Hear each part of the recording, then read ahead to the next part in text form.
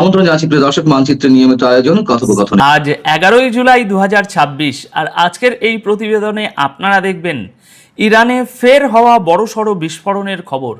America যদি হামলা না করে থাকে তবে কে করলো এই হামলা? যুদ্ধের মাঝেই ইরান ও আমেরিকার গোপন আলোচনা।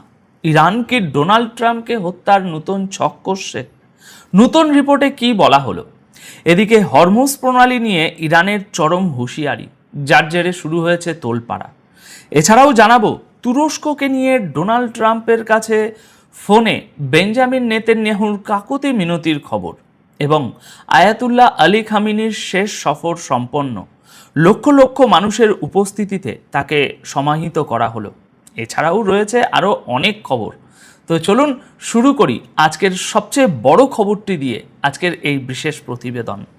গত 9 এবং 10ই জুলাই রাতে ইরানে ফের বড় হামলা হয়েছে।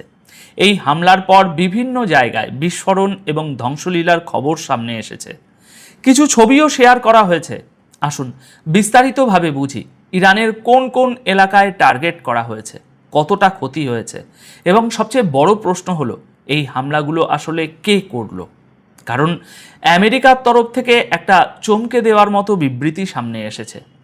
ইরানের বুশের এবং সিস্তান বালুচিস্তানের কোনার্ক সহ একাধিক এলাকা থেকে বিস্ফোরণের খবর পাওয়া গেছে। এর আগেও 9ই জুলাই এই এলাকাগুলোর বিমানবন্দর, লজিস্টিক্স, রেলওয়ে ইনফ্রাস্ট্রাকচার এবং বুশেরের নিউক্লিয়ার পাওয়ার প্ল্যান্টের আশেপাশে হামলা হয়েছিল। কিন্তু এবার সবচেয়ে অবাক করা বিষয় হলো আমেরিকান মিলিটারির সেন্ট্রাল কমান্ড গত রাতেই পরিষ্কার জানিয়ে দিয়েছে তারা যে গত কয়েক ঘন্টায় মার্কিন সেনাবাহিনী ইরানে কোনো হামলা চালায়নি। তারা যা করার 9ই জুলাই দুপুর পর্যন্ত করেছিল। মার্কিন কর্মকর্তারা এও জানিয়েছেন যে আমেরিকা এখনও ইরানের সাথে আলোচনার রাস্তা খোলা রাখতে চায় এবং দুই পক্ষের মধ্যে টেকনিক্যাল লেভেলে আলোচনা এখনও চলছে। তাহলে এখানে সবচেয়ে বড় প্রশ্ন হলো, আমেরিকা যদি হামলা না করে থাকে তবে ইরানে এই হামলা কে করলো? এটা কি ইসরায়েলের কাজ, নাকি ইরানের ভিতরেই কোনো নাশকতা হয়েছে? ইরান এই হামলার জন্য সরাসরি শত্রুকে দায়ী করেছে, কিন্তু কোনো দেশের নাম নেয়নি। কারণ ইরান নিজেও এখনও ততটা নিশ্চিত নয় যে এই হামলাটা কে করেছে। আন্তর্জাতিক বিশ্লেষকরা মনে করছেন আমেরিকা যদি এর পিছনে না থাকে তবে সন্দেহের তীর সরাসরি ইসরায়েলের দিকেই যায়। কারণ আমেরিকা হামলা করলে তারা স্বীকার করত যে হ্যাঁ আমরা করেছি, যদিও এখনো পর্যন্ত কোনো পক্ষই এর সত্যতা নিশ্চিত করেনি। এই পুরো ঘটনায় অনেক প্রশ্নের উত্তর এখনো অজানা, আর আমরাও ইরানের দিক থেকে বিস্তারিত তথ্যের অপেক্ষা করছি। দর্শক, একটা চমকপ্রদ খবর হলো গত পরশু সন্ধ্যা পর্যন্ত ইরান ও আমেরিকার মধ্যে হামলা চললেও পর্দার আড়ালে তাদের আলোচনার পর্ব এখনও পুরোপুরি ভেঙে যায়নি। গতকালকের রিপোর্ট, গতকাল 10ই জুলাইয়ের রিপোর্ট অনুযায়ী আমেরিকা ও ইরানের মধ্যে টেকনিক্যাল আলোচনা এখনও গোপনে চলছে, অথচ হামলা চলছে প্রকাশ্যে। মার্কিন কর্মকর্তারা বলছেন আমেরিকা শুধু যুদ্ধই শেষ করতে চায় না, বরং ইরানের নিউক্লিয়ার প্রোগ্রাম সীমিত করতে এবং হরমুজ প্রণালীতে জাহাজ চলাচলের স্বাধীনতা ফিরিয়ে আনতেও একটা সমাধান খুঁজছে তারা। গত কয়েকদিন ধরে এই দুটি মূল ইস্যুতেই দুই দেশের মধ্যে চুক্তির আলোচনা চলছিল, কিন্তু কোনো সিদ্ধান্তে পৌঁছানো যাচ্ছিল না। আঙ্কারায় ন্যাটো সাবমিটের সময় 8ই জুলাই ডোনাল্ড ট্রাম্প নিজেই বলেছিলেন যে তার মনে হয় চুক্তিটা প্রায় শেষ, কিন্তু মার্কিন কর্মকর্তারা বলছেন আলোচনা এখনও চলছে। অর্থাৎ মাটিতে মিসাইল চললেও পর্দার পেছনে কূটনীতির দরজা এখনও পুরোপুরি বন্ধ হয়নি। এবার পরবর্তী খবরটি একটা বড় প্রশ্ন নিয়ে। ইরান কি ডোনাল্ড ট্রাম্পকে হত্যার চেষ্টা করছে? ইরান কি সত্যি ট্রাম্পকে মারার নতুন কোনো ছক করছে? এই প্রশ্নের উত্তর জানার আগে বর্তমান পরিস্থিতিটা একটু বুঝে নিন। মধ্যপ্রাচ্যে ইরান ও আমেরিকার মধ্যে রোজই মিসাইল আর বোমাবর্ষণ হচ্ছে। দুই দেশই একে অপরের সামরিক ঘাঁটিতে হামলা করছে, প্রাণহানি ঘটছে, যুদ্ধের হুমকি চরমে। আবার এর মাঝেই আলোচনার রাস্তাও খোঁজা হচ্ছে। পরিস্থিতি যদি একটু এদিক ওদিক হয় তবে যে কোনো মুহূর্তে একটা বড় যুদ্ধের সিনারিও একদম ক্লিয়ার হয়ে যাবে। এখন এমন পরিস্থিতিতে গতকাল 10ই জুলাই সকালে ইসরায়েলি ও মার্কিন মিডিয়ার একটা রিপোর্টে চাঞ্চল্যকর তথ্য উঠে এসেছে। মনে রাখবেন, এই অভিযোগগুলো যদি সত্যি হয় তবে তা আর একটা বড় যুদ্ধের কারণ হতে পারে। রিপোর্ট অনুযায়ী ইসরায়েল আমেরিকার সাথে একটি নতুন ইন্টেলিজেন্স রিপোর্ট শেয়ার করেছে, যেখানে দাবি করা হয়েছে যে ইরান ডোনাল্ড ট্রাম্পকে হত্যার নতুন পরিকল্পনা করছে। এতদিন ইসরায়েল বলতো ইরান পরমাণু বোমা বানাচ্ছে, আর গত 1 বছরে ইরানের পরমাণু কর্মসূচি নিয়ে 2টি যুদ্ধও শুরু হয়েছে। তাই ট্রাম্পকে হত্যার এই অভিযোগটাও হালকাভাবে নেওয়া যাবে না। ওয়াল স্ট্রিট জার্নাল এই নিয়ে খবরও ছেপেছে, যদিও আমেরিকায় অবস্থিত ইসরায়েলি দূতাবাস এই নিয়ে কোনো মন্তব্য করতে রাজি হয়নি। হোয়াইট হাউস আলাদা করে কিছু বলার বদলে ট্রাম্পের পুরনো একটা বক্তব্যের উল্লেখ করেছে, যেখানে ট্রাম্প বলেছিলেন ওরা আমেরিকার নেতা, অর্থাৎ ডোনাল্ড ট্রাম্পের কথা হচ্ছে, অর্থাৎ আমাকে মারতে চায়। আমি ওদের সব হিট লিস্টে আছি, এখনো পর্যন্ত বেঁচে আছি, কিন্তু এটা চিরকাল চলতে পারে না। এদিকে মাশহাদে আয়াতুল্লাহ আলী খামেনির শেষকৃত্যের সময় কিছু মানুষ ডোনাল্ড ট্রাম্পের বিরুদ্ধে প্রতিশোধের স্লোগান দেয় এবং তাকে হত্যার কথা বলে প্লাকার্ড দেখায়। যদিও ইরান সরকার সত্যিই ট্রাম্পকে হত্যার ছক করছে কিনা তার কোনো অকাট্য প্রমাণ এখনো মেলেনি, তাই এটাকে আপাতত ইসরায়েলি ইন্টেলিজেন্সের দাবি হিসাবেই দেখা হচ্ছে। তবে বিষয়টা একেবারেই হালকা নয়। আসুন পরবর্তী খবরে যাই। ইরান আবারও হরমুজ প্রণালী নিয়ে আমেরিকাকে কড়া বার্তা দিয়েছে। আইআরজিসি নেভি পরিষ্কার জানিয়েছে যে হরমুজ প্রণালীতে কোনো বিদেশি শক্তির অধিকার নেই এবং এই পথের নিরাপত্তা ব্যবস্থা শুধুমাত্র ইরানের নিয়ন্ত্রণেই চলবে। আইআরজিসির দাবি, আমেরিকা গত কয়েকদিন ধরে হরমুজ প্রণালীর দক্ষিণ অংশে জাহাজের জন্য আলাদা সামুদ্রিক পথ তৈরি এবং নিজেদের স্কট সার্ভিস চালানোর চেষ্টা করছে, যা আঞ্চলিক চুক্তির সরাসরি লঙ্ঘন। দর্শক, এতদিন হরমুজ প্রণালী দিয়ে যাওয়া কোনো জাহাজের কাছ থেকে ফি নেওয়া হতো না, কিন্তু ইরান এখন ফি বা টোল আদায় করতে চাইছে। আর ইরানের এই সিদ্ধান্তের বিরুদ্ধে আমেরিকা সহ পুরো বিশ্ব দাঁড়িয়েছে। তবে আইআরজিসি কড়া হুঁশিয়ারি দিয়ে বলেছে, মার্কিন সেনা যদি নতুন করে কোনো হস্তক্ষেপ বা বোকামি করে তবে ইরান তার চূড়ান্ত জবাব দেবে। এর ফলে এই পথ ব্যবহারকারী সমস্ত দেশের বাণিজ্যিক ও অর্থনৈতিক স্বার্থ হুমকির মুখে পড়বে। অর্থাৎ ইরান পরিষ্কার বুঝিয়ে দিয়েছে, হরমুজ প্রণালীতে শেষ কথা তারাই বলবে। এদিকে ফিলিস্তিন অথরিটি, অর্থাৎ মাহমুদ আব্বাসের নেতৃত্বাধীন ফিলিস্তিনি অথরিটি ইরানের সাম্প্রতিক হামলার তীব্র নিন্দা জানিয়েছে। আর এখন এই বিবৃতি নিয়েও প্রশ্ন উঠছে, যা আমরাও তুলছি। 9ই জুলাই রাতে মাহমুদ আব্বাসের দপ্তর থেকে জর্ডান, কুয়েত এবং বাহরাইনে থাকা মার্কিন ঘাঁটিতে ইরানের হামলার নিন্দা জানানো হয়। দর্শক বন্ধুরা, ফিলিস্তিনি অথরিটির এই অবস্থান খুব একটা অবাক করার মতো নয়, কারণ গত 75 বছর ধরে তারা রাজনৈতিক ও আর্থিকভাবে আরব দেশগুলোর উপর ব্যাপকভাবে নির্ভরশীল। তাই আরব দেশগুলোর পাশে দাঁড়ানোটা তাদের জন্য স্বাভাবিক। কিন্তু প্রশ্ন হলো, জর্ডান, কুয়েত বা বাহরাইনে হামলার নিন্দা করা গেলে ইরানে হওয়া হামলার নিন্দা কেন করা হলো না? ইরানে যে পরিমাণ ধ্বংসলীলা চলল, যত মানুষকে মারা হলো, তা নিয়ে মাহমুদ আব্বাসের অথরিটি চুপ কেন? যুদ্ধের শুরুটা তো আর ইরান করেনি। তাই আমরা প্রশ্ন তুলছি, নিন্দা কি শুধু একদিকের হামলারই হওয়া উচিত? মাহমুদ আব্বাসের এই বিবৃতি মধ্যপ্রাচ্যের রাজনীতিতে নিশ্চিতভাবেই একটা নতুন বিতর্কের জন্ম দিয়েছে। এদিকে ডোনাল্ড ট্রাম্প এবং বেঞ্জামিন নেতানিয়াহুর মধ্যে 9 ও 10ই জুলাই রাতে ইরান এবং তুরস্ককে নিয়ে একটি গুরুত্বপূর্ণ ফোন আলাপ হয়েছে। এটা স্পষ্ট যে এই মুহূর্তে দুই দেশ প্রতিটি পদক্ষেপে মিলেমিশে কাজ করছে। তবে এই আলোচনায় আর একটা বিষয় উঠে এসেছে, যা প্রমাণ করে নেতানিয়াহু শুধু ইরান নয়, তুরস্ককে নিয়েও চিন্তিত। রিপোর্ট অনুযায়ী নেতানিয়াহু ট্রাম্পকে অনুরোধ করেন তিনি যেন তুরস্ককে F-35 স্টেলথ ফাইটার জেট দেওয়ার অনুমোদন না দেন।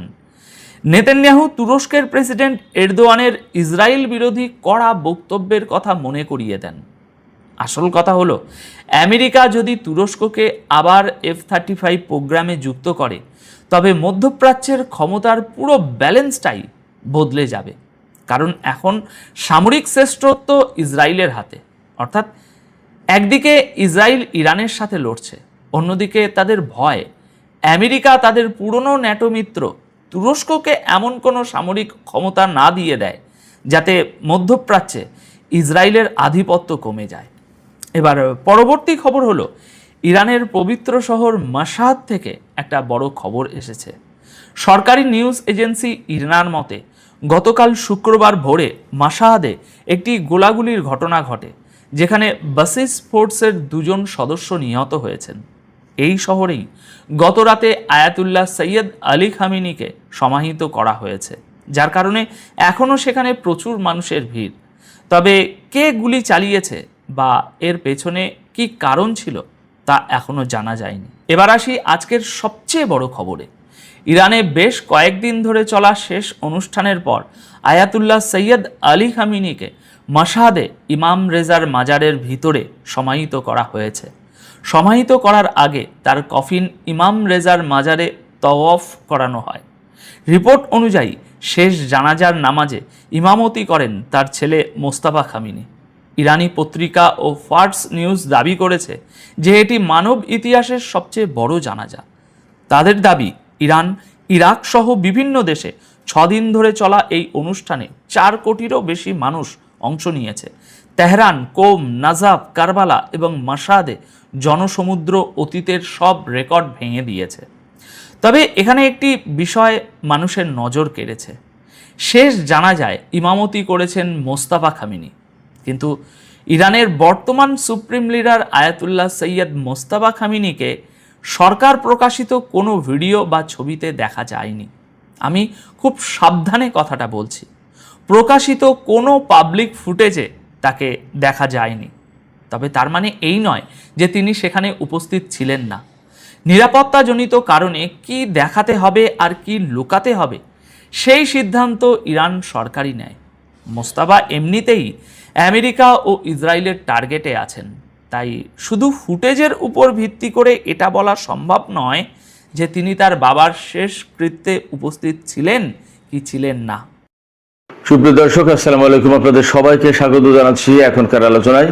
আপনাদের সঙ্গে আছি আমি সিরাজুল ইসলাম।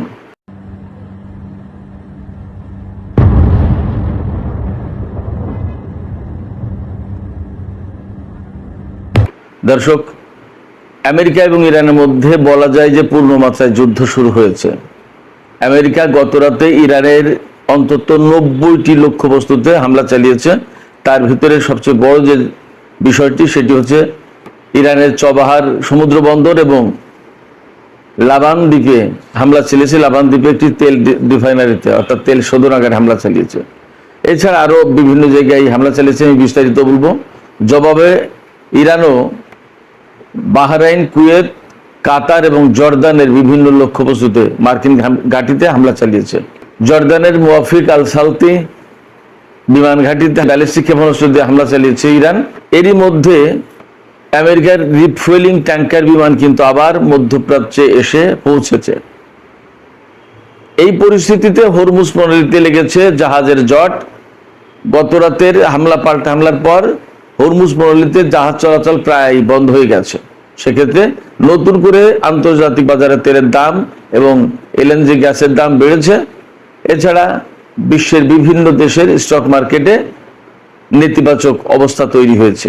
ইরানের উপরে আমেরিকা যখন নতুন করে এই হামলা চালাচ্ছে, তখন আমেরিকার একটি আদালত লেখিকা জিন ক্যারলকে $50 লাখ পরিশোধ করার জন্য মার্কিন প্রেসিডেন্ট ডোনাল্ড ট্রাম্পকে নির্দেশ দিয়েছে।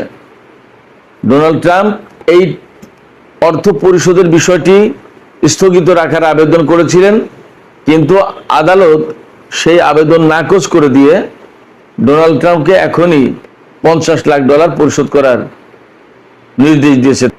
তাহলে কি ডোনাল্ড ট্রাম্প তার এই নারী কেলেঙ্কারি এবং অর্থ পরিষদের এই লজ্জার ঘটনা ধামাচাপা দেওয়ার জন্য ইরানের উপর যুদ্ধ চাপিয়ে দিয়েছে, নাকি একেবারেই কাকতালীয়? সে প্রশ্ন কিন্তু আসছে। সুপ্রিয় দর্শক, এখনকার ভিডিওতে আমি এই সমস্ত বিষয় নিয়ে একেবারে বিস্তারিত আলাপ করার চেষ্টা করব। আশা করি আপনারা শেষ পর্যন্ত সঙ্গে থাকবেন। কোথায় কোথায় কে কিভাবে হামলা করেছে এগুলো মোটামুটি আমি বিস্তারিত বলার চেষ্টা করব। আর ভিডিও যদি ভালো লাগে তাহলে লাইক, কমেন্ট, শেয়ার করবেন এবং চ্যানেলটি সাবস্ক্রাইব করে সাথেই থাকবেন। দর্শক, চলুন বিস্তারিত আলোচনায় চলে যাই। দর্শক, আমি শুরুতেই যেমনটি বলেছি, ইরান এবং আমেরিকার মধ্যে গত রাত থেকে বলা যায় যে পূর্ণ মাত্রায় যুদ্ধ শুরু হয়েছে। অনেক বড় বড় হামলা চালিয়েছে আমেরিকা ইরানের উপরে, এবং ইরানও তার পাল্টা জবাব দিয়েছে খুব শক্তভাবে। ইরান তো আগেই বলেছিল আমেরিকা একটা হামলা করলে আমরা দুইটা করব, তার মানে 1:2 হবে। সেখানে ইরান কুয়েত, বাহরাইন, কাতার এবং জর্দানের উপর হামলা চালিয়েছে। এই দেশগুলোর মার্কিন ঘাঁটি লক্ষ্য করে হামলা। আগে হামলা চালাই মার্কিন বাহিনী। আমরা এ পর্যন্ত যুদ্ধে কখনোই দেখিনি যে ইরান আগে হামলা চালাচ্ছে। যাই হোক, গত রাতে মার্কিন বাহিনী হামলা চালিয়েছে। তার আগে তো ডোনাল্ড ট্রাম্প বলেছিলেন যে আজকে রাতে আবার হামলা হতে পারে এবং আমরা এই যুদ্ধ হয়তো চূড়ান্ত চুক্তি করব না এবং এর থেকে আমরা মুক্তি পেতে চাই। ইরানের নেতাদেরকে গালিগালাজ করেছেন তিনি, ক্যান্সার বলেছেন, সহিংস বলেছেন, আবর্জনা বলেছেন, প্রতারক বলেছেন, ইরানের নেতাদেরকে অসুস্থ বলেছেন।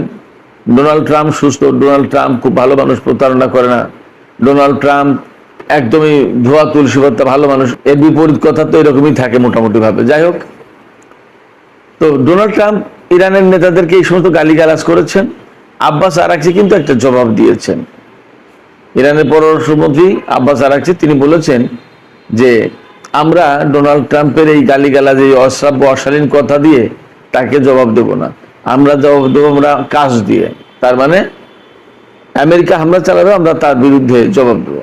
তো যাই হোক, আমেরিকা গত রাতে হামলা চালানোর পর ইরান জবাব দিয়েছে। আমেরিকা কোথায় কোথায় হামলা চালিয়েছে? আমেরিকা প্রধানত হামলা চালিয়েছে ইরানের দক্ষিণ অঞ্চল জুড়ে, অর্থাৎ পারস্য উপকূল তার আশপাশের এলাকা জুড়ে। যেমন আপনারা সবাই মনে হয় জানেন চবাহার সমুদ্র বন্দরের কথা। এই বন্দরটা একসময় ইরান এবং ইন্ডিয়া মিলে করেছিল।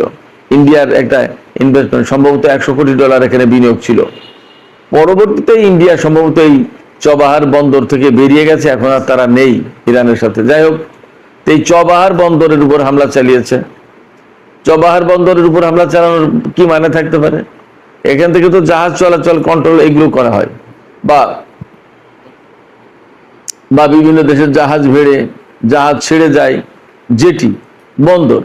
তাইলে এখানে হামলা চালানো এটা কি সামরিক লক্ষ্যবস্তু হতে পারে? এরপরে লাবান দ্বীপ, ইরানের একটা লাবান দ্বীপ আছে। এই লাবান দ্বীপটা হচ্ছে হরমুজ প্রণালী থেকে পশ্চিম দিকে গেলে কেশম দ্বীপ আছে, তার থেকেও আর একটু পশ্চিমে গেলে এই লাবান দ্বীপ। লাবান দ্বীপের একটি তেল শোধনাগারে হামলা চালিয়েছে। খেয়াল করুন, তেল শোধনাগার। ইরানের গোলেস্তান প্রদেশের উত্তরাঞ্চলে, গোলেস্তান প্রদেশ,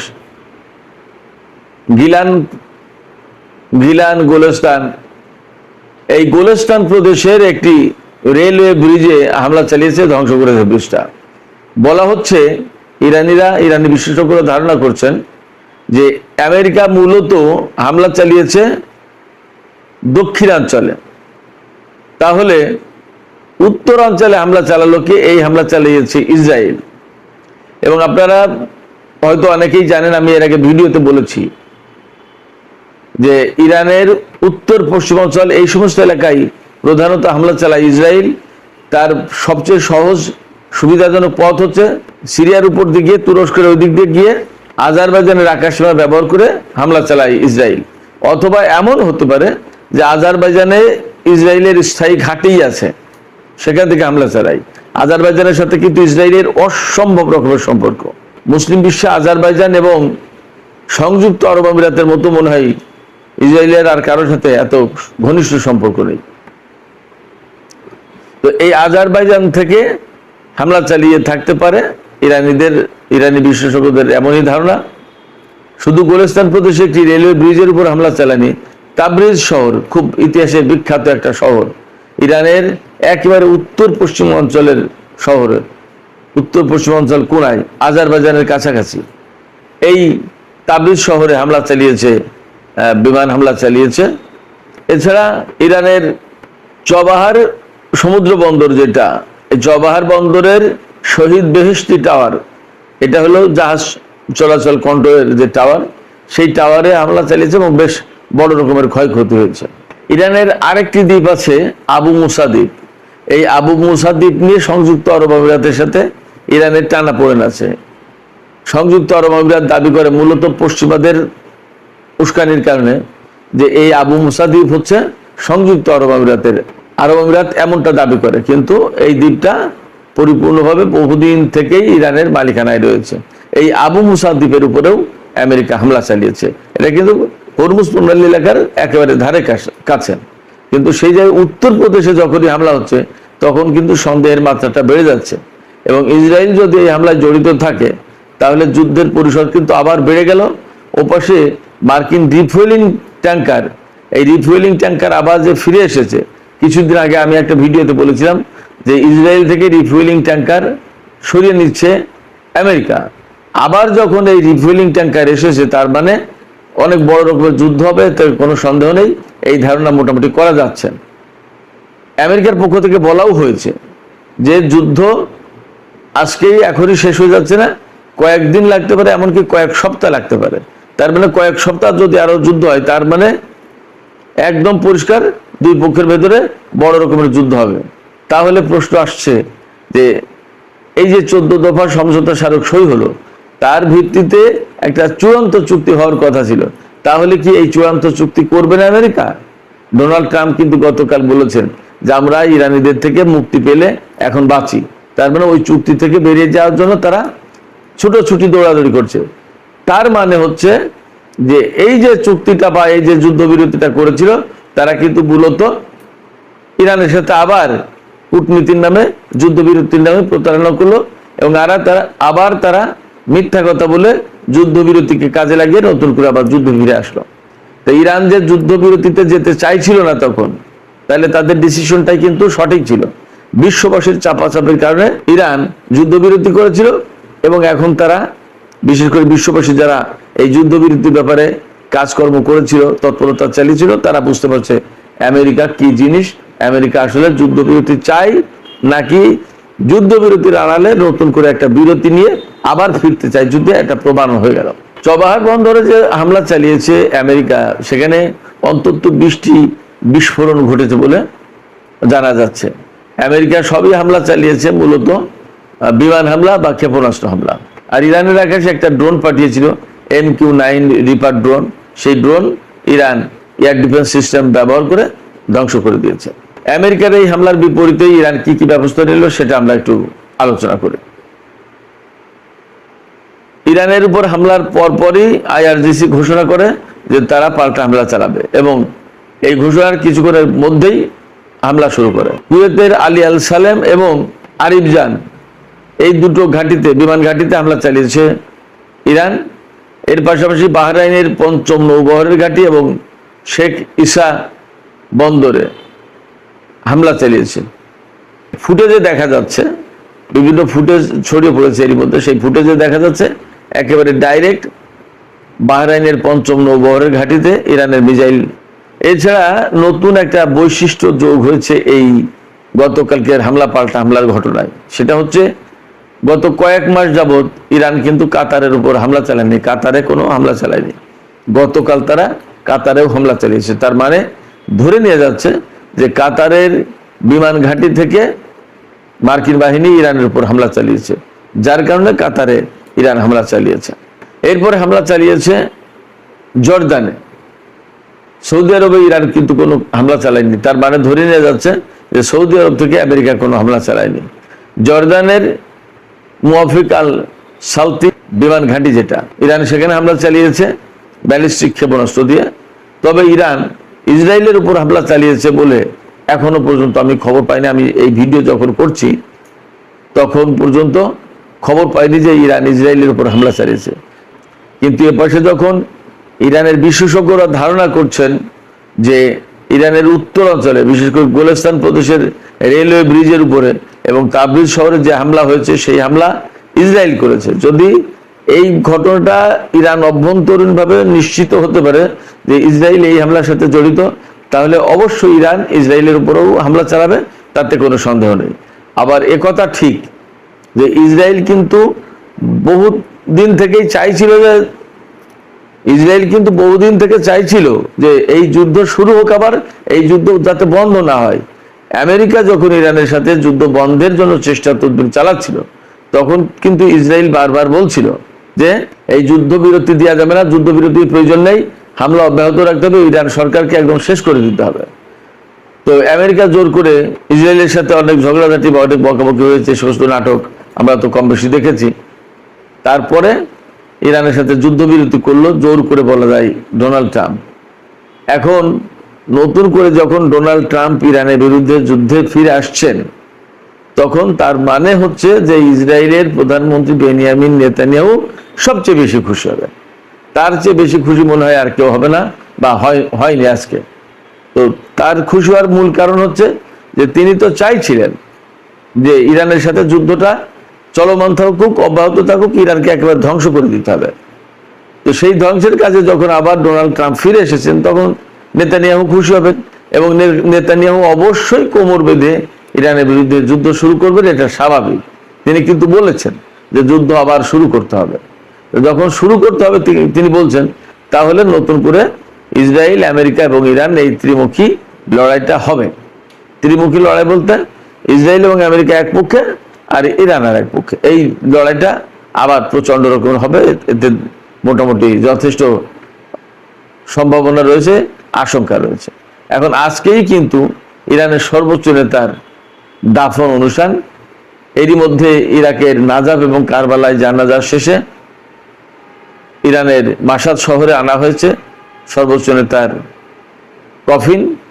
সেখানে চূড়ান্তভাবে একদম শেষ জানাজা হবে, শোক, সম্মান, শ্রদ্ধা সবকিছু জানানো হবে, তারপরে আজকেই তার দাফন অনুষ্ঠান। অনেকে ধারণা করছেন যে তেহরানে যত মানুষ হয়েছিল তার চেয়ে বেশি মানুষ হতে পারে মাশাদের এই জানাজায়। মাশাদ কিন্তু ওনার নিজের শহর, নিজের জন্মস্থান। এছাড়া ইমাম রেজার মাজার যেহেতু সেখানে আছে, প্রতিদিন হাজার হাজার মানুষের ভিড় থাকে, আর এই জানাজায় তিল ধারণের ঠাঁই থাকবে না। তো সেই জায়গায় আজকে আমার কাছে মনে হচ্ছে যে এই দাফন অনুষ্ঠান শেষ করার পরে ইরান পূর্ণ মাত্রায় যুদ্ধে জড়িয়ে যেতে পারে। আমেরিকা যদি অব্যাহত রাখে হামলা, তাহলে ইরান একেবারে পরিপূর্ণভাবে যুদ্ধ শুরু করে দিতে পারে। গতকালের হামলার আর একটা বিশেষ গুরুত্বপূর্ণ তথ্য হচ্ছে যে বাহরাইন মার্কিন বাহিনীর সাথে ইরানের বিরুদ্ধে যুদ্ধে যোগ দিয়েছে। অর্থাৎ মার্কিন বাহিনী যেমন ইরানের উপর হামলা চালিয়েছে, বাহরাইনের সেনারাও বা বিমান বাহিনী ইরানের উপর হামলা চালিয়েছে। এই খবর কারা দিচ্ছে? এই খবর দিচ্ছে সৌদি আরবের গণমাধ্যম আল আরাবিয়া। অতএব বাহরাইন যে হামলায় জড়িত তা অবিশ্বাস করার কোনো কারণ আছে বলে মনে হয় না। আল আরাবিয়া যেহেতু সৌদি গণমাধ্যম, আর সৌদি আরব হচ্ছে বাহরাইনের খুবই ঘনিষ্ঠ একটা দেশ। সৌদি আরবের কথায় উঠা বসা করে বাহরাইনের শাসকরা। সেক্ষেত্রে বাহরাইনের বিমান বাহিনী যদি ইরানের বিরুদ্ধে যুদ্ধে জড়িত থাকে, তাহলে ইরান এবার একেবারে চূড়ান্তভাবে হামলা চালাবে বাহরাইনের উপরে, এতে কোনো সন্দেহ নেই। নতুন বৈশিষ্ট্য যোগ হয়েছে। আগের যুদ্ধে কিন্তু সংযুক্ত আরব আমিরাত যোগ দিয়েছিল, এবার যোগ দিল বাহরাইন। তো বাহরাইনে অবস্থিত মার্কিন সামরিক ঘাঁটিতে হামলা চালিয়েছে ইরান। সেখান থেকে বড় রকমের কালো ধোঁয়ার কুণ্ডলী উঠতে দেখা গেছে, এবং ডাইরেক্ট হিট তো করেছে ক্ষেপণাস্ত্র, তা তো দেখা যাচ্ছে। তো এই সামগ্রিক আলোচনা থেকে যে কয়েকটা জিনিস মারাত্মক রকমের অনিশ্চিত হয়ে উঠছে, সেগুলো হচ্ছে ইরানের সাথে আমেরিকার যে চূড়ান্ত চুক্তি হওয়ার কথা ছিল, সেই চুক্তির সম্ভাবনা একেবারেই কমে গেল। তার মানে ইরানের উপর থেকে এখন আর নিষেধাজ্ঞা তুলবে না, ইরানের যে বিদেশে আটকে থাকা অর্থ সেগুলো আর দেবে না। তারপরে ইরান তাহলে আলটিমেটলি পরমাণু কর্মসূচিতে লাগাম টানার কোনো প্রশ্ন নেই। অনেক জায়গায় আলোচনা হচ্ছে যে ইরান পরমাণু কর্মসূচি জোরদার করতে পারে, এমনকি পরমাণু বোমা বানিয়েও ফেলতে পারে। যেহেতু আগের যে রাহবার ছিলেন তিনি ফতোয়া দিয়েছিলেন, তিনি নেই। এখন সেই ফতোয়া ইরান মানতে আর বাধ্য কিনা সেটা নিয়ে হয়তো আলাপ আলোচনা হবে, হয়তোবা পরমাণু বোমা বানিয়ে ফেলতে পারে, জানি না কি হবে, কিন্তু এমন আলোচনা চলছে। আর যে জিনিসটা হবে সেটা হচ্ছে যে আবার মধ্যপ্রাচ্য মারাত্মকভাবে অস্থিতিশীল হয়ে উঠলো। এর মানেই হচ্ছে যে হরমুজ প্রণালী প্রচন্ড অস্থিতিশীল, এবং সেখান দিয়ে আর জাহাজ এখন চলাচল করতে পারবে কিনা আদৌ সেটা নিয়েই প্রশ্ন। যখনই